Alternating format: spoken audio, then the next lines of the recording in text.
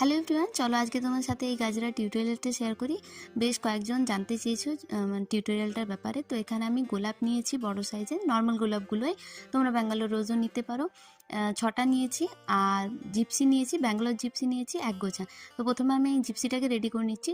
ছোট ছোট বাঞ্চ করে নিয়েছি, সেগুলো সুতো জড়িয়ে দিয়েছি। আর রিল সুতোটাকে 6-7 বার পেঁচিয়ে নিয়েছি গাজরা তৈরি করার জন্য। এবার গাজরাটা আমি কিভাবে রেডি করছি সেটা দেখে নাও। সেটা হচ্ছে, প্রথমে জিপসির গোছাটা দিয়েছি একটা, এবং একটা কি দুটো, যদি পাতলা পাতলা গোছা করছো তাহলে দুটো গোছা দেবে, এবং তারপর একটা রোজ দেবে। এইভাবে প্রতিটা রোজের মাঝে দুটো করে গোছা দেবে, এবং এন্ডে এবং স্টার্টিংয়ে, মানে গাজরার এন্ডে এবং স্টার্টিংয়ে দুটো করে জিপসির গোছা থাকবে। যদি গোছাটা অনেক মোটা করো তাহলে সেক্ষেত্রে একটা করে গোছা ব্যবহার করবে তোমরা।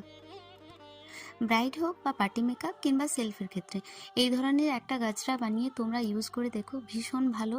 মানে ব্রাইডের বা পার্টি মেকআপের ক্ষেত্রে মাথায় ক্লিপের বোঝাটা লাগবে না, খুব হালকার মধ্যে এটা করা যাবে, এবং এটা সেট করাটাও খুব ইজি। আর দেখো, বলতে বলতে আমার গাজরাটা রেডি হয়ে গেছে। গাজরাটা কেমন লাগছে অবশ্যই কমেন্ট করে তোমরা জানিও। আর এখন আমি আমার ক্লায়েন্টের মাথায় এটা এঁটে দিচ্ছি। আর দু সাইডটা আমি সিকিউর করেছিলাম পিন দিয়ে।